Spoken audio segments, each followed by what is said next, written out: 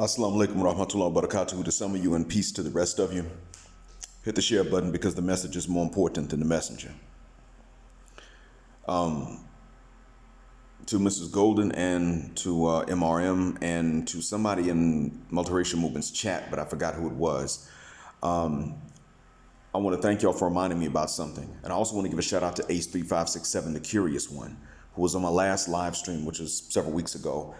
Because he pointed this out too. And this is something that has been known by several people long before there was a golden sphere. Apparently an offshoot of which is a biracial sphere, and then another one which is an exotical sphere. And to be honest, I'm not going to be able to keep track of all of that, at least not right now. I can only record this because I managed to finish the homework sooner than I thought it would take me. But I guess he gave us an easy assignment because it's the first day in his class. That of which those to whom I've given a shout out reminded me is the real necessity of defection and separation from the gynocracy. And Mrs. Golden was right. To a certain extent, I am anti-Western. Right is right, wrong is wrong. I do have moral qualms with the West. I have moral problems with the way that Arabs live over here in the Middle East. When it goes against our own religion, I take issue with it. And a lot of people's cultures do fall short of moral standards in their religion itself. That's usually what happens. There's religion and the revelation or the teachings of it, and then culture tends to fall short. That's not a one-person phenomena. So much like in the West, you have Christianity, and then you've got people's culture. It's something similar here, although there's less of a gap here in between what's acceptable and what is taught by the religion. There's a closer gap here in between those two, whereas in the West, the gap is wider. But to a certain extent, she is right. I do agree that the West sucks in terms of how men and women are socialized with regard to each other. Men, too easy. Just men, be too easy. Just put your thing on the table and wait for a woman to come along and take it up and pedestalize them. And don't hold them accountable to tell the truth about what they even want in men. And when you find out that they have lied and that the TV has lied and that even some of your lady relatives have lied, and hopefully not, but sometimes even your own mother lied to you about what women want from you as a man or what they want in men and what kind of men they want, don't be upset. Just deal with it because that's the game. And then when the court system turns around and penalizes you for doing the right thing and committing in front of the state, and then being a protector, provider, usually provider because protection is a rare necessity, but you get penalized for being the provider for whatever length of time that state stipulates alimony. Then you get stuck with alimony, and if you raise another man's kids for that length of time, then you're on the hook for child support too, even if they're not yours. And in any case, you don't really have primary custody, then you're supposed to just suck that up and be a man, because that's what men do. And I am against the West in that regard. And I'm against women who try to defend that paradigm. I'm not against women that like men. I'm not against women that even want men to approach them. I'm against women that want to take so much and give so little, which is what the West has socialized women to do. And social media has just made it worse. Yeah, I admit in that regard, I'm definitely against it. I'm for the West in terms of how the West is organized. That's one of its strengths. It is a very organized way to live. That I can respect. But other nations are catching up in terms of organization.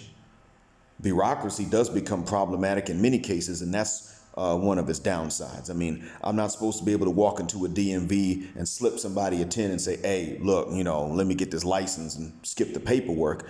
But by the same token, when you start dealing with a whole lot of bureaucracy, then you get sick and tired of going back and forth, pillar to post, trying to get every document just to get one.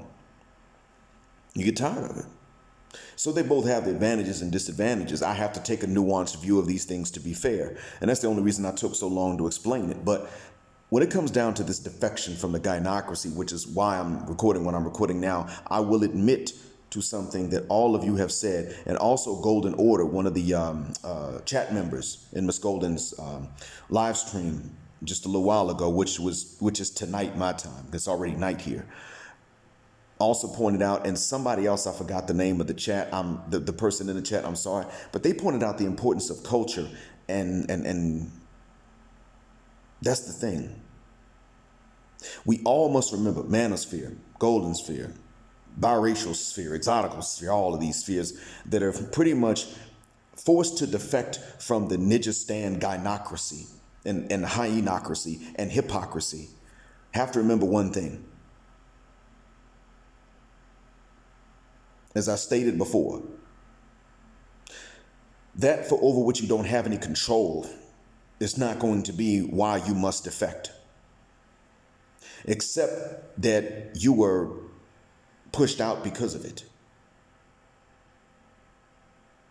To that extent, yes. But you know, it really comes down to this.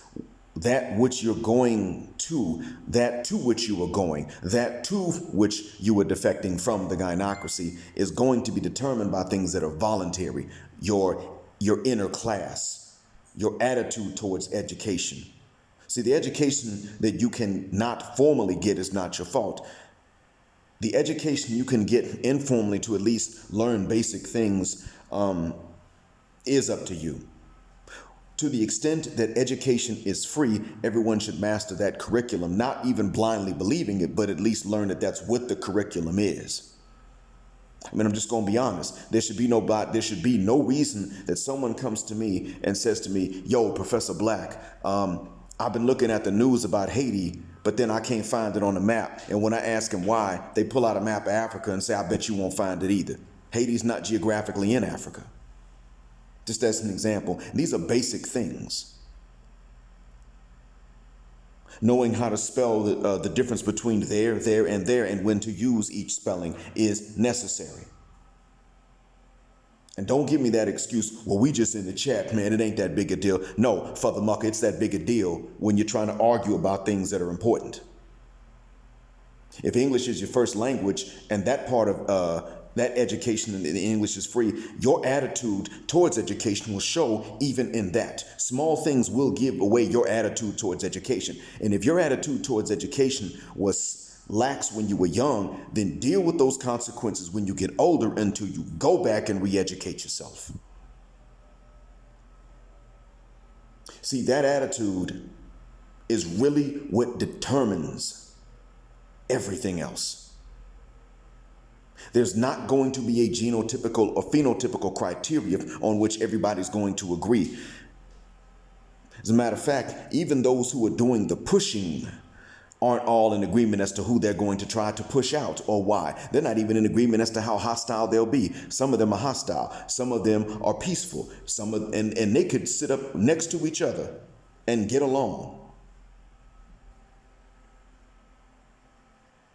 Yet they have disagreements as to how nice they should be about pushing us out or how mean they should be.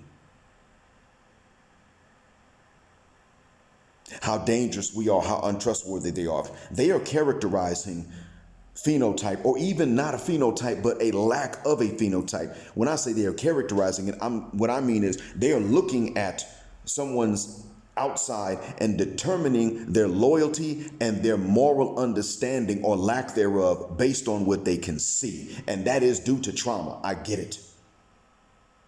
I mean, in all honesty, when you are not ambiguous and you travel to different areas and you see people react differently to you than they react to other people using the same passport as you, you have every right to be offended. You should be.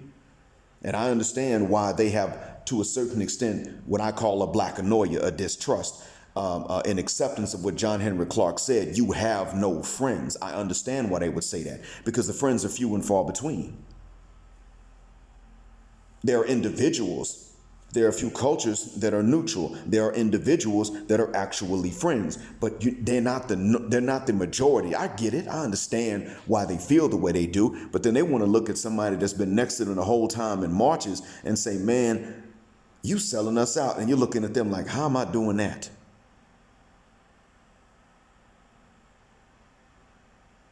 And you don't understand when really they're just projecting onto you what they read that somebody who looks like you did in Chancellor Williams' book. And even he said that even he said that the behaviors and that the defense of ancient Egypt was mixed. He said that. He said that those who had black Kemetic mothers and Eurasian fathers had differing attitudes towards the defense of Egypt, that some would rally and help the troops coming from their paternal ancestral homelands outside of ancient Egypt, and others would rally in defense of ancient Egypt during these invasions. Even he said that, but you know how people are. And what I want to point out is that in reality, you're not going to be able to tell by looking at someone where they stand. You're just not. None of us are. Nobody in any sphere at all, even if they're just not in the manosphere, nor in any other sphere online, but they're just pro-black and super black conscious, or rather pro-whack. Even they can't look and tell who's on their side. They can't look and tell in their own ranks. Because there have been some Wyatts. I remember 2 years ago, there was some Wyatts that were sitting up and saying, look, man, some of these ladies that are advocating and fist in the air and all that, we're sleeping with them.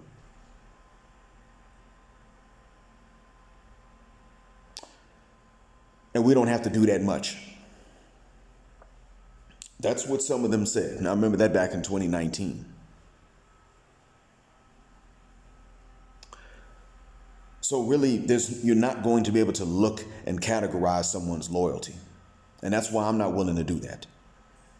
Really, all spheres that are based on a defection from the gynocracy and hynocracy are going to have to understand that it must be an ideological mindset that is a criteria. And it may be hard to define in a sentence, but we'll know who to take it with us and who not to. And one thing that should disqualify anybody is not necessarily an insistence upon being private and anonymous, but if they are caught lying about their description or their heritage, the lying itself should be a disqualifier. Now, I'll tell you now, I don't have a DNA result, so I'm not going to lie to you and tell you what it is. I've described somewhat what I look like. I don't put my name and face on there. But if I do go to somebody's backstage and I show them just to prove that I didn't lie, and they find that I lied about something, they have every right to turn around and tell everybody he lied about his appearance. Discredit him. Kick him out. Don't take from him. Block him. They'd have every right to say that if they catch me lying about it. And I know that somebody, I shouldn't say I know, but I've got strong reason to believe that somebody who's actually quite trusted has been lying.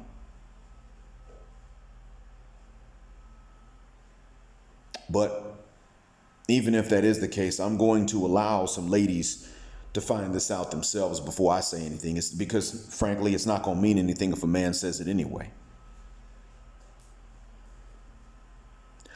And even then, it will not be that staunch defense that such person has had of some other people, which is kind of respectable.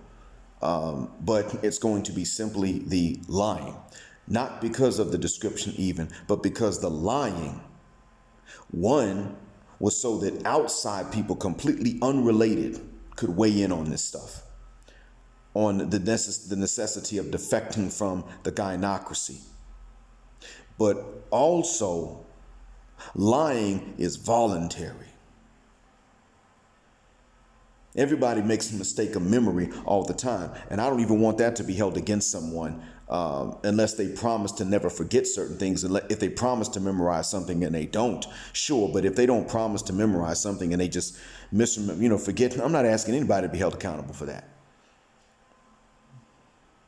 I mean, not as an actual moral failure, but you know what? No, it's the ideology and the mindset that must be looked into. We got to remember that. Because I'm going to tell y'all straight. As an example, shout out to him, Weston Brown is new to me. But he has shown himself too. Am I supposed to sit up and use a criteria that is involuntary to say, hey, you know what? Why is he here? Am I supposed to do that? How's that fair to him? When in actuality, he does have a similar experience. And all these experiences will not be identical. That's true. They will not be. They should not be, and we should not expect that. They're not going to be. But what I do also have to ask is, what about the mindset? And I'm gonna give a shout out to Hybrid Vigor because he's helped me to learn some things, and I appreciate when people school me and educate me, especially when they're patient with me, because now my mind is in multiple directions at one time. But he did say that there would have to be some sort of moral code, some sort of moral conduct. And I'm going to tell you all, I've been saying that for the longest. I already said that the solution for any oppressed group of people that want to save themselves, well, that's Islam. It comes with a code of conduct. And when you study it, it really touches you. It is to even read about what the moral codes of conduct are.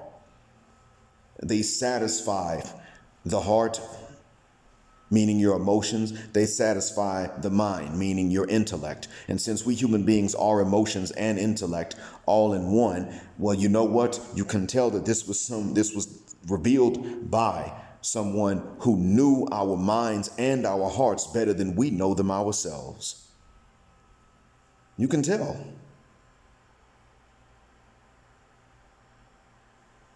I want you to stop and think about some other species, especially those of you that are either veterinarians or farmers or ranchers. I would say ranchers because farmers grow crops and vegetables, but ranchers tend to grow livestock. They breed and raise livestock. You're always going to see situations in which some of the livestock become ill or injured. They don't know how to fix themselves per se.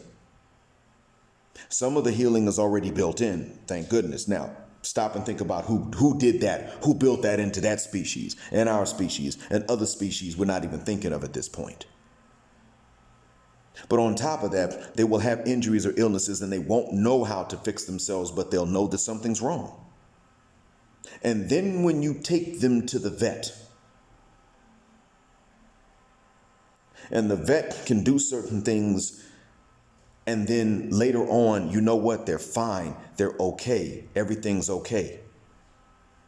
Or they can tell that the animal can tell that he or she is now improving, and then eventually everything is okay. We're not even the ones who designed these species, yet and still, without their ability to communicate with us like we can with each other, we have the ability to learn how to put them on the mend when they need it. That in and of itself is a miracle. The one who could do that, the one who could give us that ability can certainly tell us, he can certainly reveal to us a moral code of conduct that is good for any cause of justice and fairness. But I'm not going to tell you that you're going to learn everything overnight. However, once you begin, you don't want to stop learning. And if you don't believe me, ask Abdullah bin Babi Tayyib, one of my first subscribers, A1 from day one. If I'm lying, he'll tell you because he's not going to cover for me. He's not going to tell you if he says to you, yes, Black Mind spoke the truth. He's not going to tell you the Black Mind spoke the truth because he's my subscriber. No, it's the reverse. He's my subscriber because he found me telling the truth.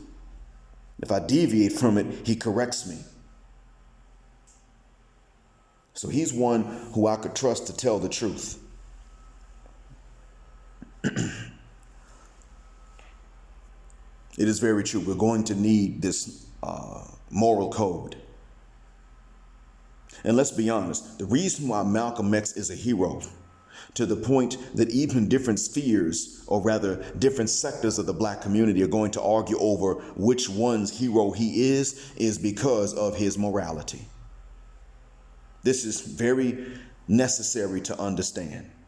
Due to his morality, his sincerity was unmistakable. Now, stop and think about how it is that we can get duped by people and even dupe other people, and yet he comes along, and others have done similar, and been recognized in their time by those who knew them. And people can tell, no, he actually means well, and he means justice, period, for people in general. When he passed away, he didn't love everybody the way that people try to retroactively assign to him. Well, don't forget that when he died, he loved us. He loved white folks too. No. More importantly than how he loved someone, he wanted and spoke for justice for them. That was more important. And to be honest, that satisfies the intellect and the emotions of the person doing it and the person for whom the champion is speaking, more so than some sort of love. So I'll give you an example. I've got a bias against the way that Egyptians talk. And I've got a bias against the ones I don't know when they ask me to get involved with them in terms of business or money. If I don't know them, well, that's true with anybody, really. But I got a bias against the way that they speak. However, I have to admit, when they speak this way to each other, that's fine. That's their business. My disagreement is when an Egyptian turns around and speaks to a non-Egyptian in specifically the Egyptian dialect, which is almost a completely independent language, to be honest. And I'm looking at them thinking, how the F do you expect everybody else to understand you? And you change letters around just to be different. And you think the Kuwaiti and Palestinian and everybody else should just understand you? Hell, I'm not even there. Why would you talk to me like that? I'm getting somewhere with this. I began to make jokes about the way they spoke. And I did it in front of them, not because I hated them, but yeah, I would make jokes about the way they spoke, and I would do it while they were there.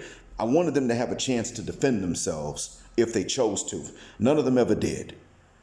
I didn't start anything with them. I just made these jokes, and if they didn't respond, then I would stop. They got the message. Don't talk to me in Egyptian Arabic. I didn't hate them, but I didn't appreciate that. These are the ones with whom I worked. A few minutes after I made one of those jokes, I was actually talking with the Sudanese. And we told some jokes using some of the letter changes that Egyptians have.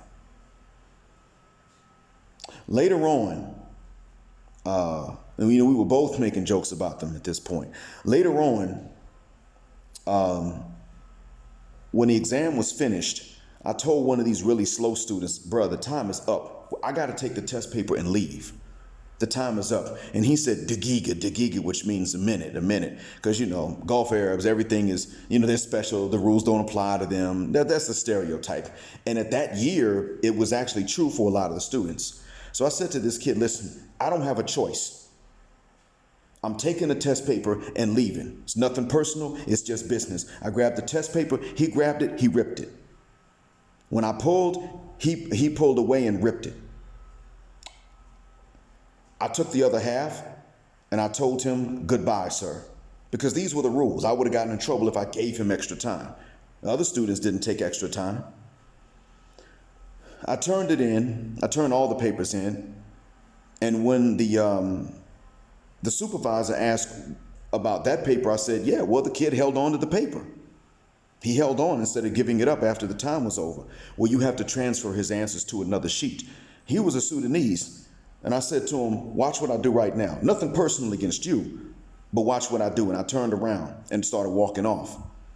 And he said, "Yo," because he's a Sudanese American. He said, "Yo, Professor Black, you got to put these answers on another sheet." And I said, "I will take the punishment for not doing it. That kid ripped the sheet. It's his fault. I don't have to do any extra work because of that. That kid's not going to pay my overtime, and y'all aren't either.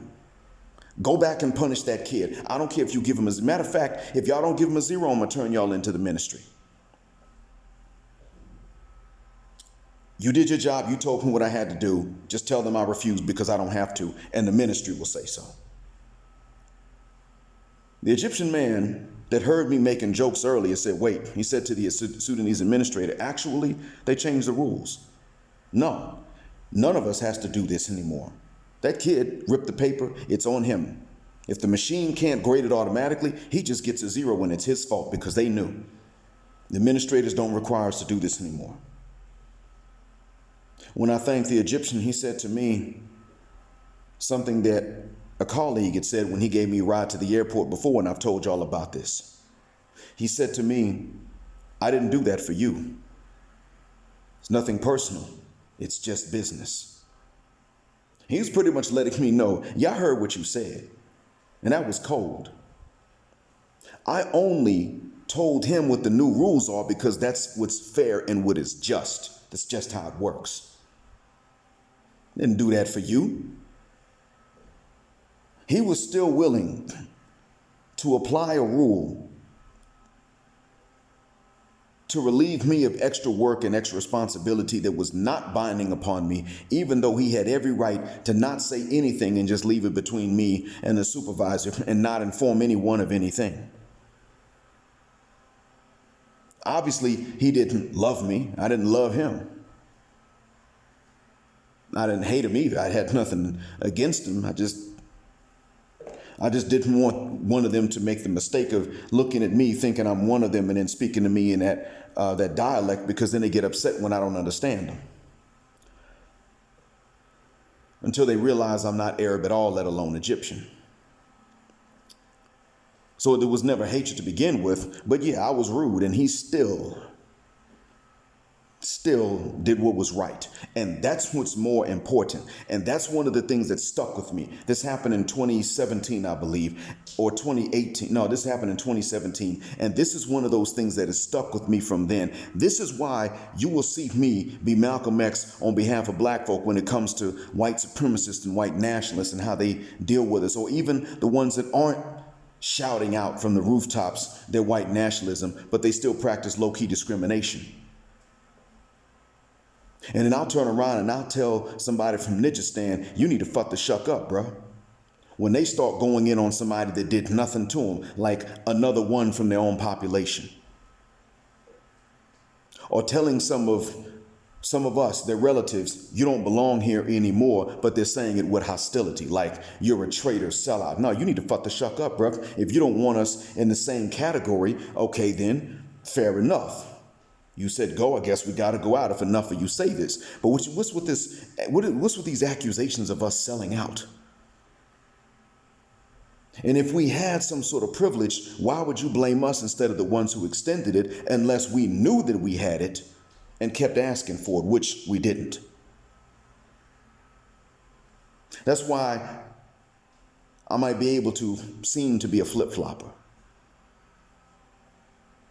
And that's why if any sphere splits, but it is not based on hostility and blaming someone else for something they didn't do, and it is just about being safe and being treated fairly, I will support that particular right and then turn around and jump on them if they are unfair to somebody else. This is what I'm supposed to do.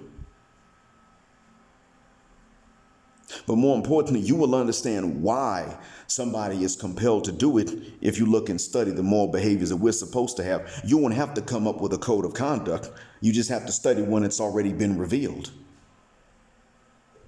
That's already been taken care of should you choose to avail yourselves of it. That's there. Truth be told, if you study that, see, some of y'all are saying, well, see, he's trying to convert us. I'm not capable of converting people. What I'm telling you is if you study that code of conduct, I would not be capable of stopping you from converting in many cases. Some of you would understand when you see it, you would understand what's behind it, and I would not be able to keep you out if I wanted to. That's what I'm telling you. Don't believe me? Again, ask Abdullah bin Babi Atayyib. Not just him, you can ask J. Christy Powell. One of my other subscribers, he knows. Botladola knows. He's another subscriber. These are the names under which you'll find their YouTube accounts. They know about this. They'll tell you the same thing. People have this is what people have looked into before, and they have said, oh, and they realize what's behind it, and before you know it, they come in and we can't stop them. Now, it doesn't happen here where I live, that on Fridays people walk in and they declare the Shahada and they accept Islam. Because over here, if they're walking into a mosque already during a Friday prayer, they're already Muslim. That's already taken care of itself. But over there in the West, in the UK, in Canada, and in the United States, and even in other parts of the Americas now, even in Mexico, believe it or not, when people look at the code of conduct, they come in and they say, you know what? On a Friday, they come in when it's done. It happened the last Friday prayer I made in the United States. That's what happened. I was there, and this guy walked up and he took his shahada after the Friday prayer. We couldn't stop him. He said that he had some doubts in the parking lot, but that he could have changed his mind about whether he would come in and tell us, but he could not change his mind at all about how convinced he was that this was the truth, because he had looked into it and seen its logic. And when he did this, there were others that came up, and I met someone else who was welcoming him and telling him, this is where we can find some more information for you, because the learning don't stop, the education, the schooling don't stop. Malcolm knew that. And this other guy that was talking to him had a similar story. He said, I saw not only the theology and the doctrine, which was very logical and made sense, but the code of conduct is already there. It's like he revealed this for those who really want to save themselves in this life and in the next. How was I going to debate something like that? They wanted to know my story too. I told them.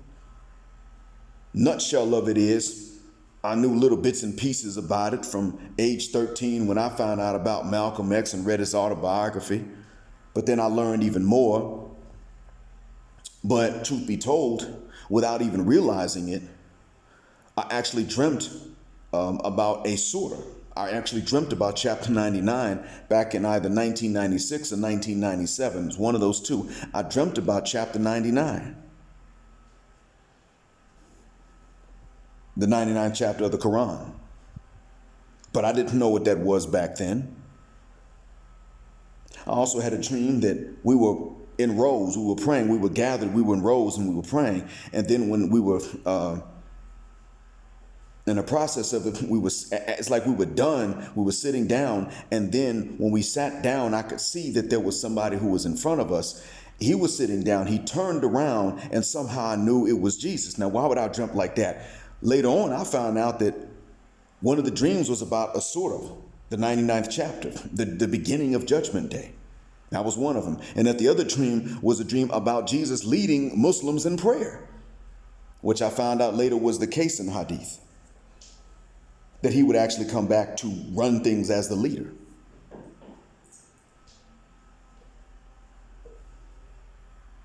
Now, that's my story. But there are people that don't even have to have these miraculous signs shown to them. And then, I didn't even understand what it was that I dreamt until later on. But there are those who have looked at the moral code of conduct. And when they find out, you think we're up here brainwashing them? They come in and we can't stop them. And when they catch others slacking who were born into this, take it for granted, they catch us slacking, they're the ones that stop and say, you're slipping up. And there are times I've had to tell some people that, hey, you're slipping up. You forgot something. Your tail is showing. Yeah, it's like that. So it is very true. The defection is going to have to be based on mindset, attitude towards education. I'm glad that we're coming to this understanding. I just don't want us to forget about this in a few weeks like people tend to do. I mean, in all honesty, in some languages, the name of humanity is related to forgetfulness. And I don't want us to forget this in a few weeks. It's really not going to be about phenotype and genotype.